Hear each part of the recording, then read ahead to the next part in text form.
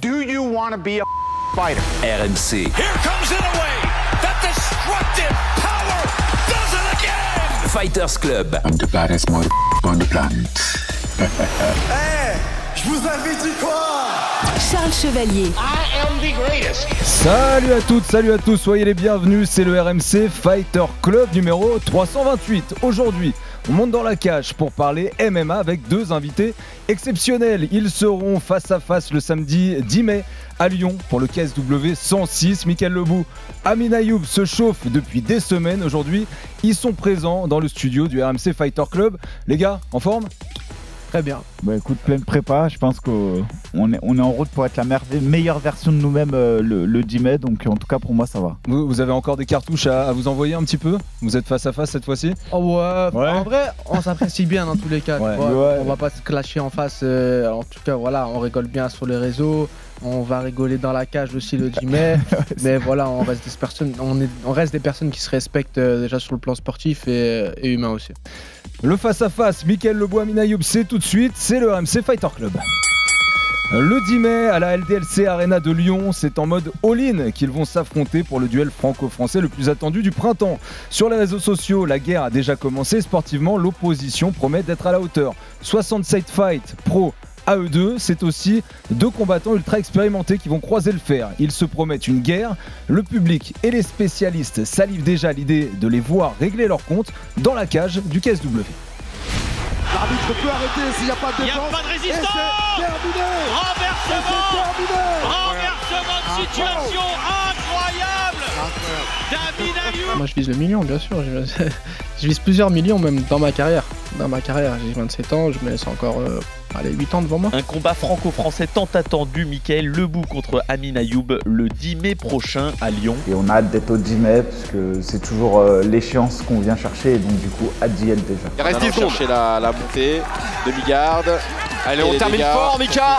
Très bien, c'est très bien ça ce que fait Mika pour terminer. Et c'est terminé. Et c'est terminé. Ouais. Et ce sera une victoire a priori de Michael Lebou. Ça va être un combat que beaucoup attendent. En tout cas, ceux qui suivent le MMA, c'est un combat qui intéresse. Les 10 et 11 mai, les gars, nuit historique pour le MMA français avec le KSW à Lyon. Il y aura votre combat, il y aura aussi celui de Saladin Parnasse contre Ziolkowski pour la ceinture des moins de 70 au KSW. Et puis juste après, dans la nuit, sera sur RMC Sport aussi, l'UFC 315 avec BSD contre Joël Alvarez. Et puis la ceinture de Manon Fiorot contre Valentina Shevchenko. Juste sur le contexte de cette soirée, en global, est-ce que vous avez souvenir d'une soirée MMA où il y avait autant d'événements importants pour des combattants français ? Franchement, je pense pas. Il y avait. Qu'est-ce que j'ai dernièrement? Moi, j'ai la date où j'ai combattu à l'Hexagone et juste avant, c'était la même soirée où il y avait Nassourdine, Imavov, etc. sur la carte. Contre Adesanya. Ouais, voilà, mais c'est important pour moi parce que je combattais sur la carte à l'Hexagone à Nantes, mais à part ça, une soirée comme ça, non. Ouais, une soirée dans l'ensemble où en plus il y a une ceinture pour Manon Fiorot, c'est un truc de fou, Mika. Ouais, bah c'est ça. Je pense que de toute manière, le MMA français va vraiment être à l'honneur sur ce mois de mai 2025. Mais vraiment, on a les meilleurs athlètes français qui seront présents sur tout le mois de mai. On a la chance un peu d'ouvrir le bal le 10 mai, même si le 9 mai déjà on a des Français qui seront au PFL MENA. Mais le 10 mai, on ouvre un peu la soirée avec le KSW. Il y aura des gros combattants, que ce soit des nouvelles générations qui arrivent, des gars confirmés comme Saladin Parnasse et notamment notre combat qui est très attendu et qui sera le seul franco-français. Et derrière, effectivement, on a BSD le retour et Manon Fiorot qui va tenter d'aller chercher la première ceinture de l'UFC. Donc franchement, c'est historique. On sent le consultant, hein. On sent le consultant. Ouais. Il prépare son après-carrière. T'es déjà dans l'après-carrière, Mika. Moi, j'ai toujours un temps d'avance, tu vois. J'ai toujours un temps d'avance mais j'apprécie ce que je fais à RMC. Effectivement, de toute manière, j'aime le MMA et je trouve que le mois de mai, franchement, je sais pas si on se rend compte de ce qui va arriver au mois de mai, mais il n'y a pas un week-end au mois de mai où on va pas être heureux devant notre télé et RMC sera présent aussi pour pas mal d'événements, donc c'est cool. Ouais, RMC sur tous les plans évidemment, et y compris sur votre combat. Alors sur les 15 derniers mois, on a eu quelques duels franco-français qui ont hypé les gens, peut-être indétrônables en termes d'attente. Baki Doumbé, c'était en mars 2024. une attente phénoménale pour un résultat pas forcément à la hauteur vu la physionomie du combat. On a eu peut-être Saladin Parnasse aussi contre Wilson Varela en décembre au KSW. Votre combat, votre duel franco-français, sur quel plan vous le mettez par rapport à ces autres duels franco-français qu'on a pu avoir sur ces derniers mois? Sincèrement, je le mets au même stade. C'est pas parce que je combats Amine et que je fais partie de ce combat. Je pense sincèrement qu'on est quasiment au même niveau d'attente qu'un Parnasse Varela ou que après Doumbé Baki, c'est vrai que c'était autre chose parce qu'ils ont tous les deux une très très grosse communauté. Maintenant, sur les fans hardcore MMA qui suivent le MMA, qui sont amoureux du sport du MMA, je pense que c'est un duel qui est aussi attendu. Maintenant, effectivement, sur le côté mainstream et tout, peut-être un peu moins parce qu'on n'a pas cette communauté-là, mais sur les fans hardcore MMA, je pense que c'est un combat attendu. Je rejoins Mika sur le combat de Saladin Parnasse contre Varela. Après Doumbé contre Baki, c'est vrai qu'ils ont quand même fait une saison. C'est incroyable. Des darons qui avaient 60 ans, ils suivaient, c'était au courant qu'il y avait un combat et ils pouvaient t'en parler le lendemain. Le résultat, qu'est-ce qui s'est passé, etc. Tu vois, je pense que nous, on est vraiment plus dans la MMA sphère et peut-être un peu les chocs des générations, les jeunes qui suivent le MMA et les moins jeunes. Mais voilà, on n'aura pas, je pense, cette attente de Baki Doumbé.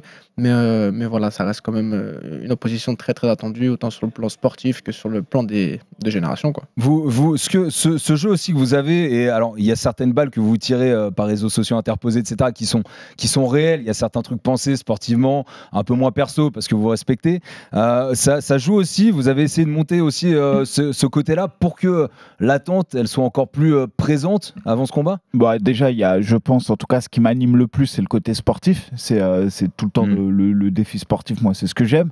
Après, il y a le côté, on vient pimenter pour mettre l'autre face à ce qu'il a pu dire ou ce qu'il a pu faire, et de manière à créer quelque chose. Un combat, c'est pas forcément que le jour J. Un combat, ça commence un peu avant, et c'est ce qui va motiver ensuite tout son camp, son training camp, tout ça. C'est-à-dire qu'à un moment donné, le all-in aussi, c'est quelque chose qui fait que chaque jour on va en parler du all-in dans mais chaque jour quand tu vas à l'entraînement, crois-moi que quand tu mets de l'intensité dans l'entraînement, tu sais pourquoi tu mets l'intensité dans l'entraînement, tu sais. En gros, n'importe quel sparring, t'accroches la tête de Amine en gros sur le sparring qui est en face de toi, c'est ça? C'est pas forcément Amine, c'est de se dire, tu sais pourquoi tu fais les efforts. Tu vois, ce que je veux dire, c'est que chaque instant qui passe, chaque frustration emmagasinée, tu sais où tu vas, tu sais pourquoi tu le fais. Et ce que j'aime dans le côté all-in, c'est que en fait, t'as deux gars qui sont certains. T'es pas dans une opposition où le gars dit ouais, il est sûr de lui, mais il sait qu'il va perdre. Ça arrive. Des mecs qui sont sûrs d'eux mais ils savent qu'ils vont perdre et au final jamais ils accepteront le all-in parce dans leur tête ils sont convaincus qu'ils vont pas l'avoir. Nous là vous avez deux gars qui sont convaincus de gagner et deux gars qui ont accepté de faire tapis entre guillemets. Donc je crois qu'il n'y a pas plus beau. C'est genre en gros on vient, on combat, moi je suis sûr de gagner, j'imagine qu'il est sûr de gagner et voilà, et le vainqueur, il va pouvoir bien profiter. Et le perdant, Mickaël l'a dit, un peu moins. T'es sûr de gagner aussi, toi? Ouais, bien sûr, mais moi, c'est une autre raison, on va dire. Avant le plan financier, c'est vraiment le plan sportif, c'est vraiment le plan, on va dire, de me rendre compte qu'est-ce que c'est le haut niveau UFC. Mickaël Lebou a eu la chance de pouvoir passer par là-bas. En plus, c'était un combattant 77 kilos. Il a fait les deux catégories avec 70 kilos aussi. Donc voilà, j'ai envie de me rendre compte vraiment qu'est-ce que c'est, par où il est passé, où est-ce que j'en suis. Et puis voilà, quoi. C'est vraiment sportif avant financier. J'ai donné mon dernier sac UFC à Karl. T'en as plus distribué là. Je peux rien, je peux demander à Taylor qui m'en donne. Avec les all-in, je peux en acheter. Amine, si tu vas à l'UFC, tu donneras ton premier sac UFC à Mika du coup pour qu'il en récupère un. Je lui donne mon t-shirt. Le deal, le t-shirt du dernier sparring bien transpirant. Juste un petit mot parce qu'on va évoquer le all-in qui fait partie intégrante de ce combat et qui est hyper intéressant aussi pour les spectateurs et pour vous. Juste pour revenir sur ces duels franco-français, Amine, tu as eu une double confrontation contre Damien Lapillus. Mika, tu as fait récemment aussi Debienne, Carla Moussou. Quelle saveur elle a cette confrontation entre vous, entre Ayoub et Lebou? Elle a une saveur particulière par rapport aux autres ou pas? Moi, j'ai beaucoup moins de haine. Je vais pouvoir vraiment poser mon jeu plus intelligemment que mon premier combat contre la Lapillus et puis la revanche, etc. Et là, c'est vraiment purement sportif. On est beaucoup dans le calcul, on est beaucoup dans la gestion de combat, on est beaucoup dans... Ça n'a rien à voir en fait. Là, en plus, j'ai rejoint l'US Metro, Johnny Frachet, donc je suis vraiment super bien entouré. C'est trop pro, donc voilà, ça n'a rien à voir de mon côté. Non, après, clairement, moi, j'ai jamais eu de toute manière animosité. Même avec Karl, il y avait un vrai niveau d'adversité. Au niveau mais au niveau de la prépa. Au niveau de l'attente, bien sûr, moi, j'ai envie de montrer que je suis mais large au-dessus. Et donc, du coup, ça passera pas par une simple victoire. J'ai en tête quelque chose de bien défini. J'ai mon scénario en tête. Je m'entraîne pour appliquer tout ça. Je suis prêt dans toutes les dimensions. Mais après, j'ai toujours abordé chacun des combats comme ça. Je me suis toujours... très bien entraîné, j'ai toujours pris même des gars que je savais être meilleur, je me suis toujours entraîné très dur. Là, sur le combat, je serai prêt, j'ai vraiment le fait aussi de redescendre à 72 me force à avoir une hygiène de vie de malade. Et voilà, je suis prêt, j'ai presque envie d'y être. J'aurais envie de dire, je peux combattre demain tellement je suis prêt, mais la réalité, c'est que le poids, là, il y a encore 2-3 kilos à perdre. Donc, je pourrais pas être au poids demain, mais aïe, là, je suis sur la fin, c'est les 2 dernières semaines. Et comme je dis, je pense que le 10 mai, vous allez vous rendre compte de ce qu'est le haut niveau, et aussi peut-être de comprendre que le haut niveau, c'est pas non plus que sur les plateaux UFC. Vous avez du très haut niveau et du haut niveau sur d'autres plateaux, et ça sera l'occasion de voir que sur les plateaux européens comme le KSW, vous avez des combats qui ont leur place sur des UFC Fight Night ou même certains UFC numérotés, où des fois il y a des combats qui sont franchement pas spectaculaires. Alors, combat all-in, c'est ça, c'est le nom du combat qui a été donné. En tout cas, c'est la communication qui a été faite et engagée par le KSW. Première chose à préciser, personne ne repartira avec 0 €. Aujourd'hui, ce que j'ai envie de savoir, parce que vous ne l'avez pas forcément dit, c'est les sommes que vous allez toucher. Je sais que vous avez l'habitude de dire on faisait du 80-20. Est-ce que vous pouvez nous dire aujourd'hui combien le vainqueur et le perdant va toucher? En gros, ce qui a été dit, c'est le vainqueur repart avec 80% de la bourse totale, le perdant avec 20%, au moins pour rembourser sa prépa. Aujourd'hui, est-ce que vous pouvez parler de sommes? Oui, on a eu l'occasion d'en parler sur quelques podcasts. Le KSW engage 50 000 € total sur le combat. Donc voilà, on voulait savoir comment départager les sommes. On a eu 3 propositions différentes, une très en mode sécurité, une un peu moins, et la dernière, c'était vraiment le risque maximum. J'apprécie Michael Lebou qui a dit à mon manager, écoute, voilà les propositions du KSW, dis à Amine de choisir, j'accepterai ça. J'accepterai. Donc moi, j'ai pris le risque maximum, donc j'ai accepté le 10 000 en cas de défaite, plus 30 000 en cas de victoire. Donc ça fait 40 000 € pour le vainqueur, et il reste 10 000 pour le perdant. Il y en a un qui était plus partant pour le faire que l'autre, ou alors tout de suite vous êtes mis d'accord, Mika, là-dessus? Non, moi franchement, au contraire, c'est quelque chose que je trouve intéressant. Après, 10 000 €, ça couvre les frais, c'est-à-dire que, et c'est pour ça que je voudrais aussi qu'on soit précis là-dessus, pour ne serait-ce pour les jeunes qui débutent, etc., de ne pas partir forcément dans ça. C'est très important de se dire que le travail, quoi qu'il arrive, il est fait pour le perdant ou le vainqueur, et c'est normal qu'il y ait une rétribution financière parce que lui, il doit payer un staff, etc. etc. Donc ça, c'est très important de le dire. On est sur du all-in, mais ça reste un all-in calculé. On est sur du 20-80, on est sur des sommes d'argent qui font que même quand tu touches les 20%, tu peux payer tout le monde, et tu n'as pas fait ça pour rien, entre guillemets. Par contre, ce que j'apprécie, moi, c'est de se dire, le vainqueur, c'est vraiment le vainqueur. Il part, il est bien, il va pouvoir partir en vacances. Et moi, j'apprécie ça, c'est quelque chose qui a été... comme je le dis, pourtant, c'est sportivement que maintenant je relève les défis. Ça, je l'ai toujours dit. C'est pour ça que je suis à fond sur les combats franco-français, et que aller chercher la performance à l'international ne m'intéresse pas. Moi, ce qui me motive, c'est vraiment le combat, l'individuel, l'histoire qu'on peut raconter et tout. Mais maintenant, ça, c'est quelque chose qui vient mettre beaucoup de saveur dans ce combat. La réalité, c'est que c'est quelque chose qui vient... Regarde, c'est un podcast, mais regardez la vidéo, il y a un petit sourire un peu vicelard chez Mika, là, parce que justement, on sent, ça t'anime. T'es un gambler, en fait, t'es un joueur. Peut-être, mais c'est aussi attendre de se dire que tu perds 3 fois. En général, on dit toujours qu'une défaite, elle sanctionne ton business, parce que souvent, t'as ton combat qui est assujetti à un win bonus. Là, c'est de plus en plus vrai. Ça sanctionne ton business aussi, dans le sens où derrière, les combattants ne s'en rendent pas forcément compte, mais tu as une décote de malade quand tu perds. On te fait comprendre gentiment que t'es plus dans le coup, etc. Et tu as la défaite qui est psychologique. C'est dur, une défaite. Faut pas...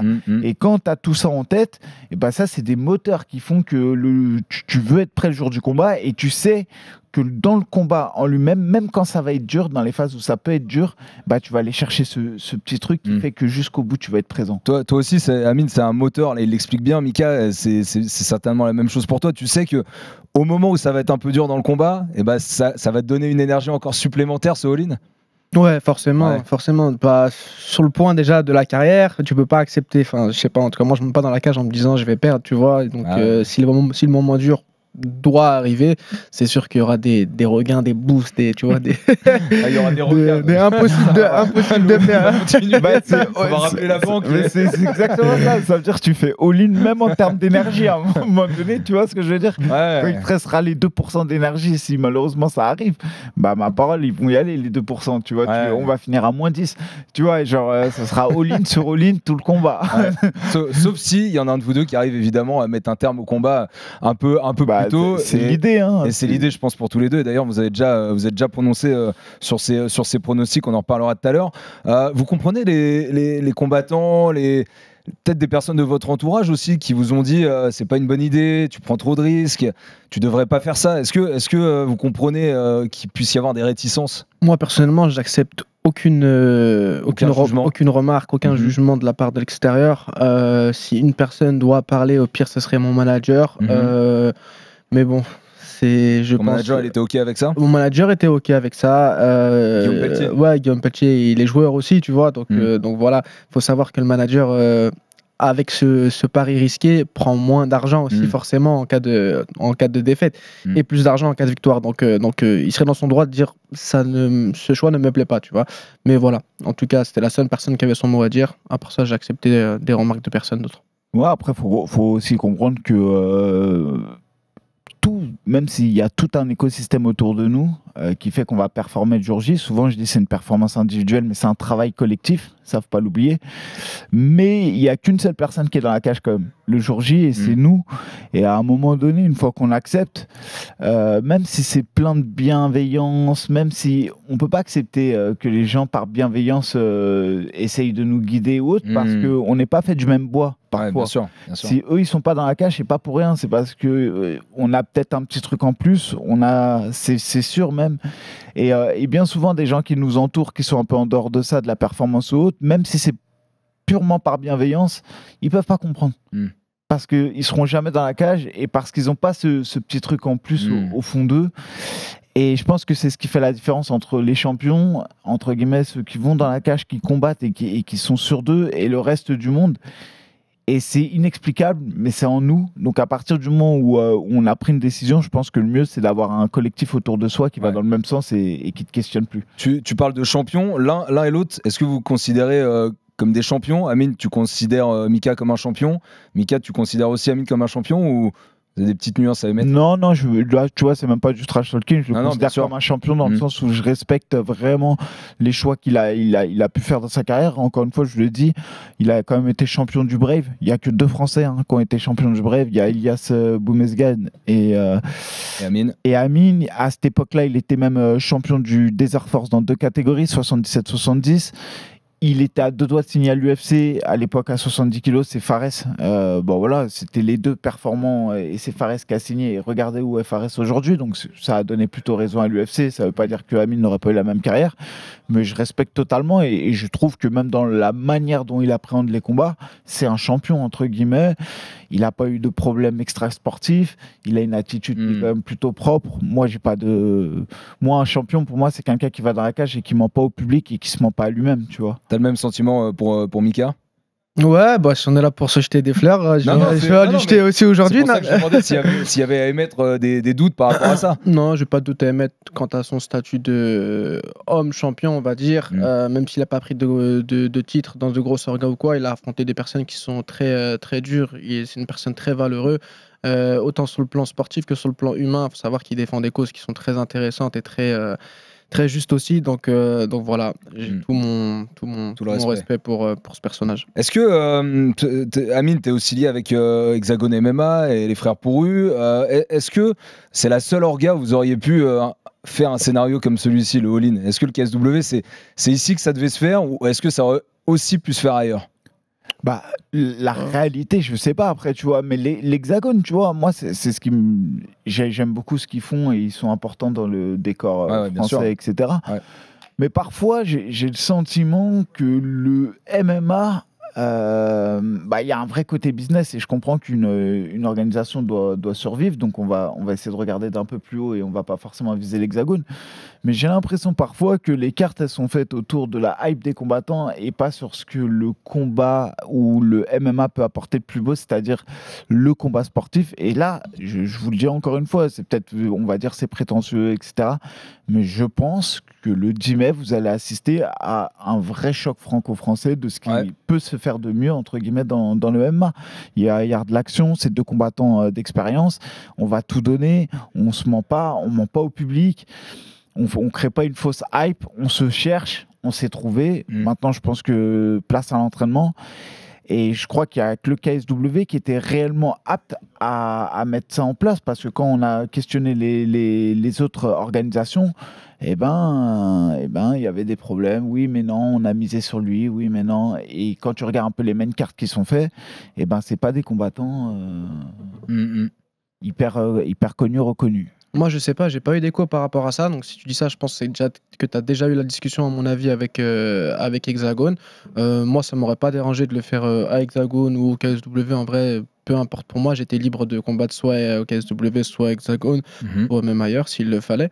Peut-être que Mika t'es bloqué avec le KSW ou non, t'avais... Non, moi je suis managé donc par DNA Management, donc c'est Hatch qui a des très bons rapports avec le KSW et on le sait en plus, le KSW et Hexagone se font beaucoup de passerelles, notamment à Emargui, on l'a vu, Varela, Amine. Donc ils ont plutôt des facilités à se libérer et à libérer des combattants pour qu'ils combattent Tarzan. Nassim. Il y a beaucoup de combattants qui peuvent... Exactement, il y a un vaste communicant. Maintenant, après, la réalité, c'est que je pense que le combat qu'on fait, il mérite d'être sur la meilleure scène européenne, la meilleure organisation européenne, et qui est potentiellement même peut-être top 5 mondial, c'est quand même le KSW. Ouais, en tout cas en Europe, en termes de show, c'est numéro 1. Si t'enlèves l'organisation purement européenne, je pense que le KSW, de ce qu'ils font, c'est numéro 1. C'est magnifique. Des salles, quand tu vois ce qu'ils font en Pologne, quand tu vois ce qu'ils ont fait en France, KSW, quand tu as combattu contre Romain Debienne à Paris La Défense Arena, c'est forcément... Hexagone est en chemin de faire des très très gros événements à ce niveau-là. Mais c'est vrai que le KS, c'est imbattable en Europe actuellement. On peut pas comparer. Puis quand même, le KS, il a formé un gars qui est actuellement champion. On l'oublie trop souvent, mais Duplessis, c'est un ancien gars du KSW. T'as des gars comme Gamrot qui sont dans le top 15 des 70. Le KS a des gros champions.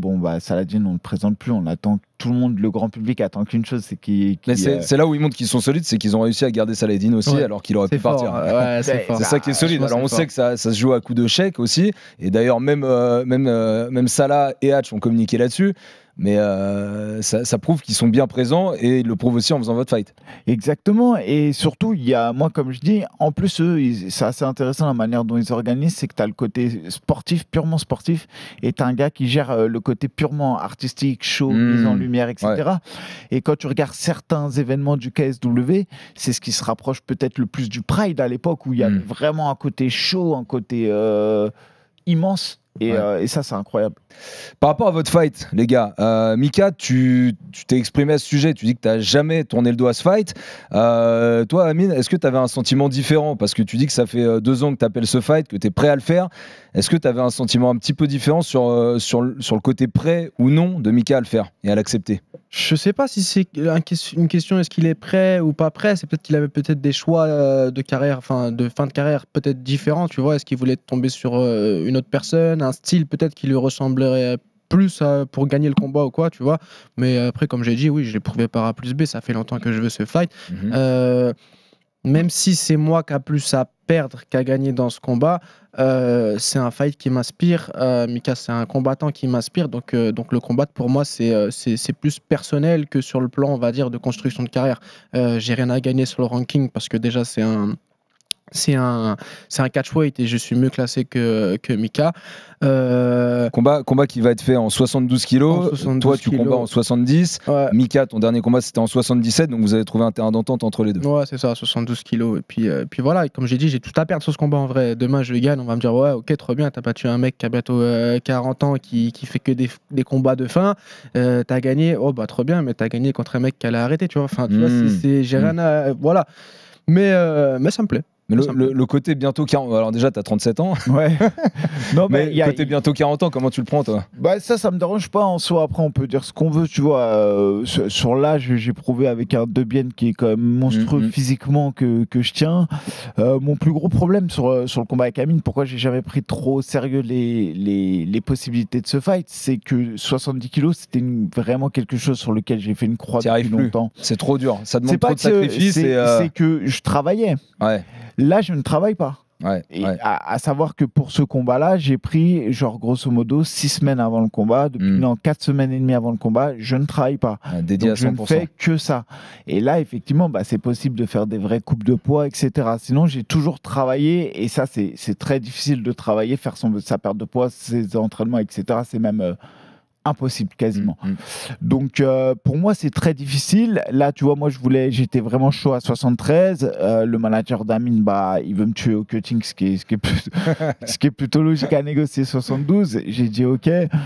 Et ça c'est vrai que c'est un combat dans le combat, le poids. Moi ça a toujours été quelque chose qui me saoule, que je trouve dur. Maintenant là le fait de ne pas travailler et tout est quelque chose que j'ai réussi à mettre en place sur ce combat, mais j'aurais pas pu le faire avant, parce qu'avant j'étais obligé de travailler. Faut aussi toi, c'est un all-in qui est encore plus all-in là du coup. Bah oui et non, parce que la réalité tout ça c'est comme je te dis, dans les 10 cas tout est bien calculé, géré, mais tout est géré, donc du coup je sais exactement où j'en suis. Donc non, le all-in, il n'y a pas de all-in sur all-in. C'est quoi qu'il arrive, j'ai une date de reprise et après tout est bien tombé. C'est ça qui fait que c'est assez extraordinaire ce combat, c'est tout un contexte qui fait qu'au final, c'est comme si tout était aligné pour moi. Et donc, ça, c'est génial. Ensuite, pourquoi Amine, avant, ça s'est pas fait? C'est parce que j'avais une autre rivalité sur laquelle j'ai vraiment insisté pour le faire, c'était Karl Moussou. Parce qu'il y a vraiment une histoire entre lui et moi à l'entraînement, même si ça a toujours été hyper dans le respect, etc. Il y avait vraiment une histoire. Et ça me tenait à cœur et c'était la première histoire que je voulais régler. Et puis ensuite, les combats, on sait ce qui s'est passé. J'ai fait un rush alors que de base, je voulais plus faire de rush pour aller chercher des performances internationales face à Pépi. Et derrière, je suis revenu face à De Bienne. Voilà, c'est ça. Et là, c'est ça. Alors, vous avez, t'as 29 ans, Amine, 37 ans, Mika, 8 ans de différence. Finalement, vos carrières pro, elles ont commencé seulement à 3 ans d'écart, donc vous connaissez depuis toujours. C'est 2011 pour toi, Mika, 2014 pour toi, Amine. Il y a déjà eu un bif entre vous, il y a déjà eu quelque chose avant que ça arrive là sur ces 6 derniers mois où ça a été prononcé et finalement on aboutit à un fight. Avant, il n'y avait jamais rien eu entre vous? Non, rien du tout. Non, même pas. J'ai même le souvenir, plein de souvenirs. À l'époque, j'avais combattu à Marseille. Je venais de sortir du UFC. Amine, il combattait sur cette même carte. Je sais pas si tu te souviens. J'avais gagné par. On était en pancras. Et voilà. Il y avait même Teddy Violet qui t'avait aidé un peu à faire le cutting et tout. Après, Amine, je l'ai croisé plusieurs fois dans les galas d'événements français.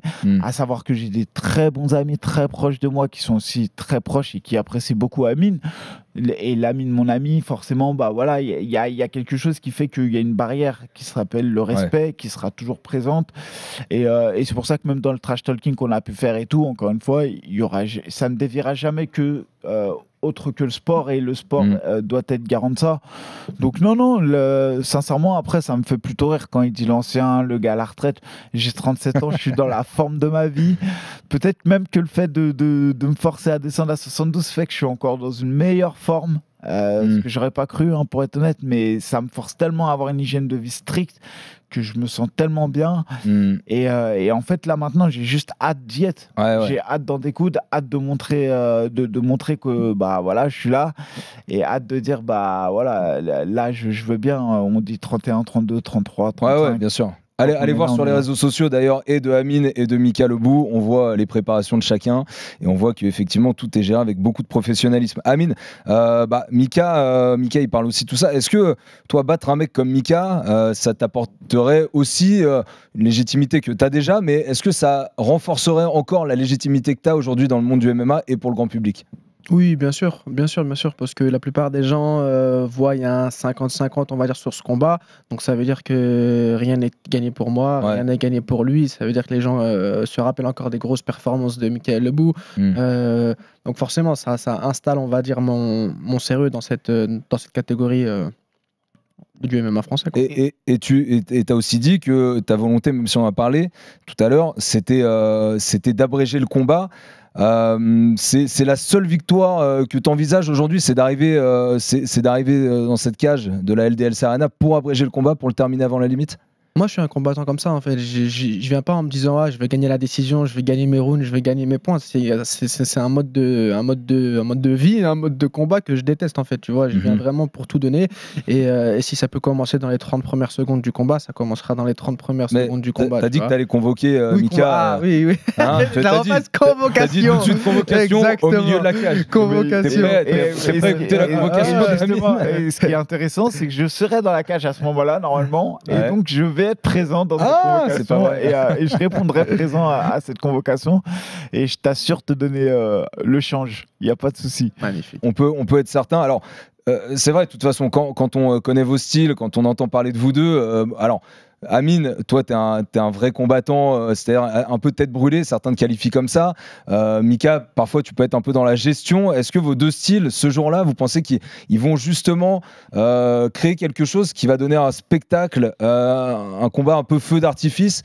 Est-ce que ce sera le cas sur l'alliage de vos deux styles? Moi je pense. Ouais, moi je suis persuadé, je vous le dis, c'est pas pour vendre le combat, je suis persuadé qu'il faut être présent le 10 mai devant sa télé ou à Lyon, là-bas, pour tous ceux qui ont cette chance. Évidemment, devant la télé, sur RMC Sport. Sur RMC Sport, évidemment. Et surtout que ça va être une mise en bouche pour l'UFC derrière. Donc, sincèrement, faites une belle soirée pizza avec vos amis. Soyez présents. Je vous promets que je vais donner jusqu'à tout ce que j'ai dans le corps pour finir le combat avant les 3x5. J'ai à cœur de finaliser Amine, il l'a. Ça sera fait. Je pense, je mets tout en place pour que ce soit fait et vraiment je vous invite à être présent pour ce combat. D'ailleurs, j'ai pas l'ordre de la carte. Je pense que Saladin main event logique, Aymar comme main event. Après, je sais pas si c'est nous. Non, je pense pas. Hein. Ça va être Laïd en comme main event. Oui, Laïd comme. T'as dit Aymar, ouais. Non, désolé. Et je sais pas si ensuite c'est nous ou Aymar. Il me semble qu'on est en co-main event. On cherchait tout à l'heure au bureau RMC, on essayait de joindre le caisse pour avoir des informations claires et nettes, donc je vais pas me prononcer encore là-dessus. Mais pour l'instant, ils n'ont pas annoncé l'ordre officiel. Ça risque de venir dans les prochains jours. La promesse, c'est la même pour toi que ce que vient de dire Mika, c'est-à-dire que soyez au rendez-vous parce que quoi qu'il arrive, il y aura un spectacle pour tout le monde. Oui, bien sûr, comme chacun de mes 28 combats. Comme chacun de mes 28 combats. Je disais tout à l'heure, 37 fights pro à vous deux. 72, non, t'as dit plus, 67 évidemment, 67 à vous deux. Donc pour le coup, si on allie les palmarès de deux combattants français, il n'y en a pas beaucoup qui feraient autant. Peut-être il y a Xavier Foupapokam à lui tout seul, et il arrive à peu près à votre bilan, mais finalement il n'y en a pas beaucoup. Amine, sur Instagram, j'en parlais tout à l'heure, tu as montré beaucoup de choses parce que vous êtes comme ça aussi, vous montrez votre prépa, vous montrez parfois des trucs plus perso. Toi l'autre jour, Amine, tu as raté les 9 ans de ta fille, donc c'est un sacrifice en plus que tu fais sur cette prépa. Ta famille, elle est à Nantes, et toi, pendant ton camp à l'US Métro, tu es dans une petite chambre finalement où vraiment tu ne penses qu'à ça et tu es focus sur ton fight. Est-ce que le jeu en vaut la chandelle ? Oui, bien sûr, le jeu en vaut toujours la chandelle. Dans tous les cas, c'est mon sport. Je suis rentré, j'ai mis un pas dans ce sport en faisant des sacrifices. Je vais mourir dans ce sport en continuant de faire des sacrifices. Ma plus grande fille, elle a 9 ans. C'est le 6e anniversaire que je loupe à cause du sport. Donc voilà, moi, c'est des choses qui me forgent. C'est des choses qui me donnent vraiment la force pour ma préparation et pour le moment où je serai dans le combat aussi. Et voilà, je vis actuellement dans une chambre de bonne en haut, sans douche, sans rien du tout. Ça fait peut-être la table, tu vois, la table là, voilà, ça c'est l'endroit dans lequel je vis. Bon, elle peut paraître grande à l'image, mais elle n'est pas tant que ça. Elle n'est pas tant que ça. Donc voilà, moi ça me permet de rester focus. Il n'y a pas de fioriture comme on dit, il n'y a pas de... Voilà, je suis focus à 100%. Tu as dit que ça fait 6 fois déjà, tu penses pouvoir tenir ce rythme-là encore combien de temps ? Jusqu'à ce que tu aies encore faim, ça peut aller jusqu'à tes 40 ans ? Jusqu'à que mes enfants ils soient bien. Jusqu'à l'âge avancé de Mika. Ça arrive vite, Amine, attention, on va te traiter d'ancien très rapidement. Jusqu'à que mes enfants ils ont tout ce qu'il faut pour vivre. Mika, toi en mode prépa, du coup, c'est t'en as parlé, t'as arrêté de bosser, etc. Toi, t'es dans quel focus exactement au quotidien quand tu te lèves le matin ? C'est quoi la seule et unique mentalité et discipline que tu t'imposes ? Bah, le matin, en fait, c'est à chaque instant. C'est ça qu'il faut se rendre compte. Tu te lèves le matin, bah déjà là, t'arrives, tu bois un thé tiède avec du citron dedans, un peu d'huile de cidre, tu vois. Tu te dis du vinaigre de cidre. Déjà, c'est pas fun. Déjà, tu commences ta journée. Ensuite, tu vas à l'entraînement, tu reviens, tu fais ta sieste. Deuxième entraînement, tu reviens, tu fais ta sieste. Troisième entraînement. Ensuite, tu es dans les machines. Tu n'imagines même pas le nombre de machines à laver que tu fais quand tu es en prépa. Voilà, en fait, c'est pas que c'est pas fun parce qu'attention, si tu mets pas un minimum de plaisir dans ta préparation, c'est que ça va pas. Tu peux pas vivre que de frustration non plus. Mais c'est dur. C'est dur d'aller à l'entraînement, t'es pas toujours motivé, mais la discipline fait que quand tu arrives dans l'entraînement et que tu commences à être chaud et tout, et ben tu reprends du plaisir, tu commences à avoir les sensations et là après quand tu rentres chez toi, tu dis ouais c'est bon, je suis sur la bonne voie, je vais le faire. Donc pour moi c'est la rigueur, la discipline et chaque instant fait que je sais que je me rapproche de mon but. Amine, sacrifice par rapport à ta famille, tu t'es aussi entouré par exemple de Julien Villain qu'on salue qui t'aide pour la prépa physique. Tu postes tes plats avec un diététicien justement qui s'occupe de toi. Si c'est Julien Villain, j'espère que c'est pas la même diète que AB, parce que AB il est pas au point. Non, Julien, je crois que c'est juste la prépa physique. Voilà. Julien, il fait pas les plats, je crois pas qu'il soit en cuisine. Du coup, c'est encore des moyens supplémentaires que tu as mis par rapport à d'autres camps ou c'est exactement la même chose? Alors, le côté nutritionniste cuisinier, c'est Antoine Lift Eat. C'est la 3e ou 4e fois qu'il m'accompagne. C'est pour ça que ma diète est toujours de plus en plus sérieuse. Dans ceux qui m'entourent dans mon équipe, donc il y a aussi Julien Villain qui me supervise sur la prépa physique que je fais, qui est donnée par Rémi Physiosport. Et après, Johnny Frachet en qualité de head coach, Diego pour la lutte, Eric pour le sol. Abadila Alab pour la boxe anglaise et Rodrigo Alamos pour la partie striking. Ouais, gros entourage, toi aussi t'es très bien entouré, Mika. Ouais, si tu veux les citer rapidement. C'est ça, j'ai ma préparation physique au Game Training Club, ça fait pas mal de temps que j'y suis avec Sébastien Charter qui fait un énorme travail.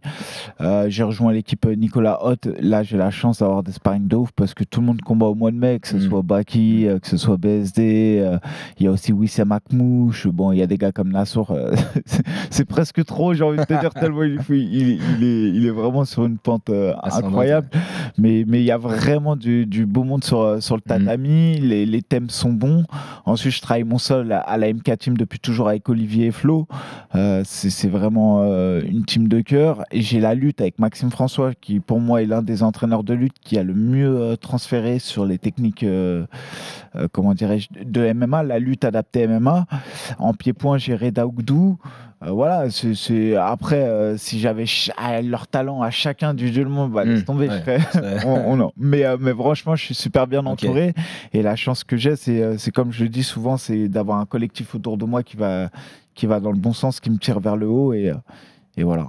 Amine, je t'ai entendu dire déjà que dans un fight, ça te faisait du bien d'en prendre une grosse au début et que c'est là où tu prenais conscience que ça y est, t'étais dans le fight. D'ailleurs, j'en parlais avec Antoine Simon hier, qui me disait, ça me rappelle un peu Vanderlei Silva, qui lui avait un peu le même besoin d'en prendre une bonne dans un fight pour se sentir bien vivant. C'est encore le cas pour toi? C'est encore le cas, ouais, parce que malheureusement ou heureusement, je vis le monde du combat avec tellement peu de pression, tu vois, je sais pas, enfin, j'ai eu tellement des épreuves très lourdes dans ma vie qui ont fait qu'aujourd'hui, rentrer dans une cage, c'est pas un truc qui me fait vraiment, enfin, ça me fait pas peur en fait, tu vois, c'est quelque chose que... Je t'ai entendu dire, ça fait depuis ton 16 ou 17e combat que t'as plus cette pression. Ouais, c'est ça, que j'ai plus cette pression, que j'ai plus les jambes qui sont lourdes un peu avant le combat, et du coup, pour vraiment me sentir dans le combat, que là, vas-y, c'est un homme en face de moi qui veut m'arracher la tête, j'ai besoin d'en prendre des bonnes, tu vois.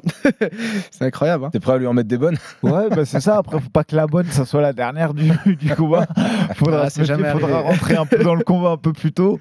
Mais non. Après, écoute, ça c'est. Moi, j'ai toujours cette adrénaline incroyable quand je monte dans la cage.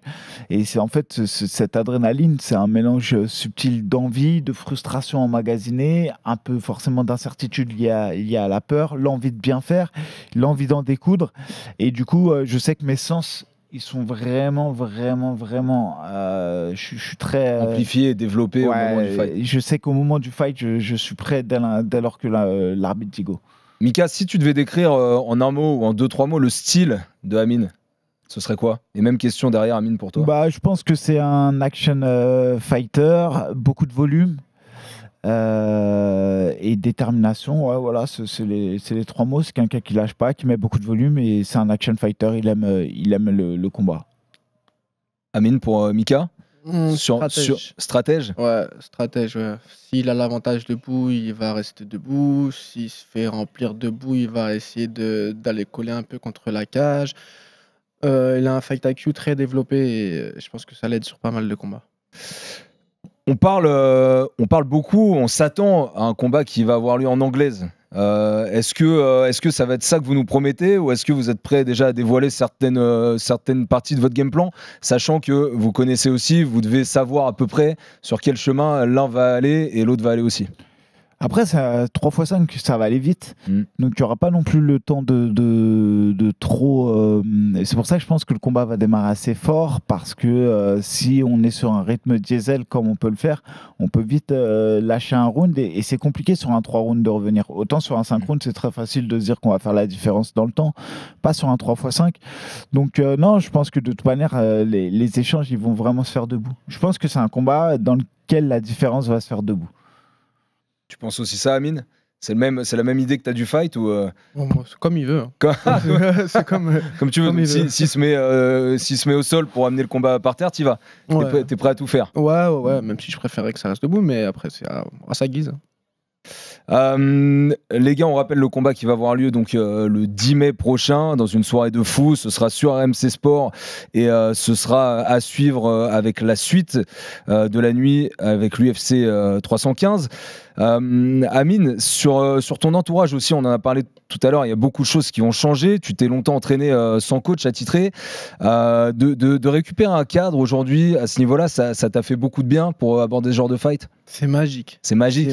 Ouais. C'est magique. Des fois, ça compense un peu la famille que tu es obligé de quitter pendant quelques semaines quand tu viens à Paris pour ton camp. Ouais, déjà. Et puis quand je rentre le week-end, de temps en temps, quand je rentre à Nantes, ça m'arrive de rentrer. C'est pas toutes les semaines, hein, mais il y a une semaine sur deux, je rentre à Nantes. Il y a Johnny qui m'envoie un message sur mon WhatsApp, genre comment s'est passée ta semaine?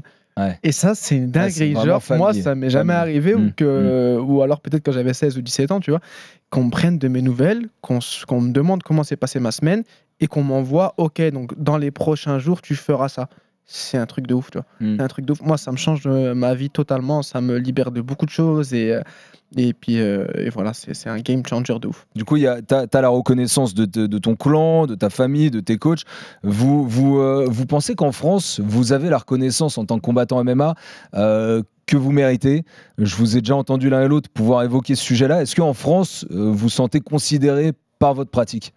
Alors moi en tout cas dans ma ville oui énormément. À Nantes. Ouais, partout où je me balade les gens me reconnaissent, s'arrêtent. Même à Paris tu reconnais, je pense. Ouais, même à Paris. Bah, surtout en ce moment avec les annonces qu'on a pu avoir du combat. C'est déjà moi je suis en trottinette dans Paris, les gens ils s'arrêtent, ils me klaxonnent, ils disent défonce l'ancien. Ça me fait trop rire. C'est marrant, ils ont vraiment suivi le truc, tu vois. Donc non, dans ma ville j'ai la chance d'être vraiment reconnu partout et soutenu par énormément de monde. Sur Paris, dans d'autres villes de France, je pense qu'on est reconnu à notre juste valeur. À mon avis, je pense peut-être pas par le grand public qui connaissent pas le MMA. Mais sauf que le public qui connaît le MMA s'élargit de plus en plus. C'est ça. Donc ça commence à être un peu le grand public. Ouais, après, moi j'ai toujours eu la reconnaissance de mes pairs. Donc tous ceux qui sont dans le milieu savent que voilà, j'ai jamais menti, j'ai toujours pris des combats durs, j'ai jamais cherché à faire des constructions ou autre. Après, sur le grand public, bah forcément aussi, il y a aussi une génération où nous, on était moins sur les réseaux, moins présents. Il y a des jeunes combattants qui comprennent beaucoup mieux comment marche le côté marketing de la chose. Ça, c'est quelque chose clairement que j'ai refusé et parce que ça me ressemble pas non plus. Et donc derrière, je peux pas me plaindre de ce manque de notoriété ou ce manque de reconnaissance.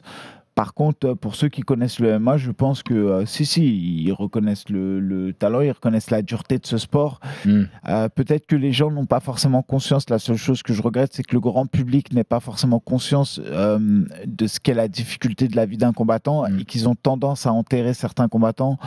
Je vois des Français qui ont performé à très haut niveau. Ils sont sur 2 défaites consécutives aujourd'hui et les gars les enterrent déjà. Ça me fait mal au cœur pour eux parce que certains combattants ont tout donné pour ce sport, continuent à tout donner, et je vois à quel point ils peuvent être affectés en dehors parfois dans leur routine et tout. Et donc de manière générale, je trouve quand même que le public français peut être dur parfois avec les combattants de MMA, et il faut pas oublier que ça reste des hommes et que faut pas être juste des spectateurs, faut savoir être aussi supporter, c'est-à-dire être présent dans la défaite. Et voilà, de supporter les athlètes et pas juste d'assister à un spectacle et de regarder et de dire ouais c'est cool, ouais c'est pas cool. Non, c'est pas ça. Faut supporter les athlètes, et je pense que c'est juste ça qui manque un peu en France, de pas juste être un follower, mais d'être un vrai supporter. Ils te disent quoi du coup? Alors si dans la rue ils disent Amine défonce le l'ancien, toi ils te disent quoi les gars que tu croises dans la rue qui te reconnaissent aussi dans le contexte de ce fight qui arrive? J'imagine que ceux qui veulent que je me fasse défoncer, ils me klaxonnent pas. donc moi aussi, j'ai le sentiment que la terre entière est avec moi, tu vois, parce que j'imagine que ceux qui me klaxonnent et qui me disent en gros, vas-y, fume-le, j'imagine qu'ils vont pas s'arrêter à voir Amine klaxonner et dire j'espère que tu vas perdre, tu vois, ça m'arrive pas. Oui, et puis face à des combattants MMA, peut-être qu'ils évitent aussi. Hein. Non, mais voilà, après, c'est sûr que les gars qui m'aiment bien ou qui apprécient ce que je fais, effectivement, ils me disent j'espère que ça va le faire et tout. Après, j'ai aussi beaucoup de personnes qui me disent franchement c'est le combat que je veux pas avoir parce que je vous apprécie tous les deux, mais en même temps c'est le combat sur lequel je veux plus passer à côté. C'est-à-dire qu'en gros, ouais, je voulais pas le voir, mais maintenant qu'il est là, j'ai envie de voir, et force à vous deux, tu vois. J'ai aussi beaucoup de messages comme ça. T'as parlé du futur d'Amine. Il nous reste 5 minutes ensemble. On va terminer sur des mots comme ça, mais t'as parlé du futur d'Amine. T'as dit qu'il avait encore les capacités pour aller à l'UFC et que ça pourrait arriver. C'est un combat qui va être charnière pour lui s'il veut aller à l'UFC. T'es une sorte de gatekeeper, comme on dit. Forcément, si tu bats le bout, il y a plus de chances d'y aller. C'est évident, hein. De toute manière, dès que tu es sur une victoire, tu es forcément. Bien sûr, mais battre aussi un vétéran UFC comme toi tu l'es. Exactement, mais on voit la carrière d'un combattant. Malheureusement, il ne faut pas qu'elle s'essentialise autour d'un combat, mais c'est clairement quelque chose qui va lui faire perdre 1 an et demi facile.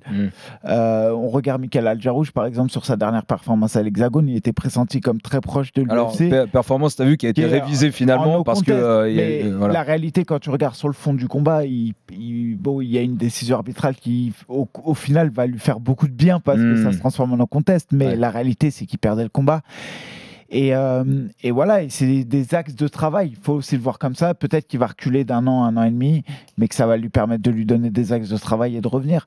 Maintenant à 30 ans, je pense que il est encore, c'est pas comme s'il en a 34 et 29.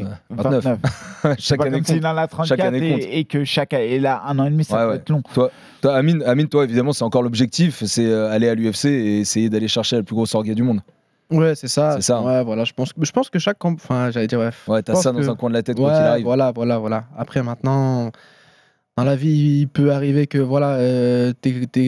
d'autres opportunités énormes viennent devant toi et tu te poses vraiment la question, tu te grattes la tête, tu te dis est-ce que tu vois, je sais pas, on va voir de quoi le futur est fait. Hein. Est-ce que vous avez des choses à rajouter, messieurs? Est-ce que vous avez un dernier mot à adresser à votre adversaire?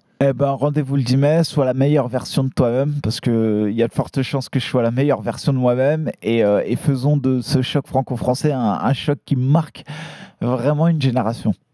Ouais, je pense que le choc des générations est déjà acté. Tout le monde sera devant son écran pour voir ce combat. Et puis voilà, hein. Rendez-vous le 10 mai. Voilà, force à toi. Vous serez au centre de la cage de la LDLC Arena le 10 mai au soir. La soirée se prolongera avec Saladin Parnasse qui combattra notamment contre Ziolkowski pour une ceinture au KSW.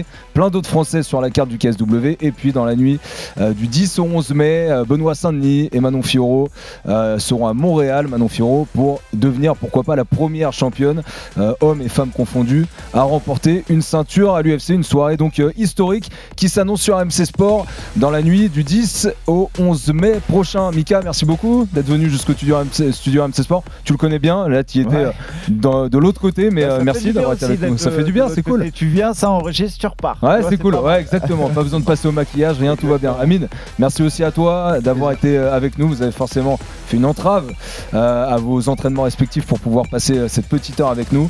Je vous laisse y retourner et on se retrouve dans la cage de Lyon et du KSW le 10 mai prochain. Merci à toutes et à tous ceux qui suivent cette émission. Une bise à Baba qui n'a pas pu être avec nous aujourd'hui. Une bise à Alexandre Herbinet bien sûr qui est parti vers de nouvelles aventures. Et merci à Flavien Ziolkowski pour sa préparation autour de l'émission. On se retrouve très très vite dans le RMC Fighter Club. Ciao. RMC Fighters Club.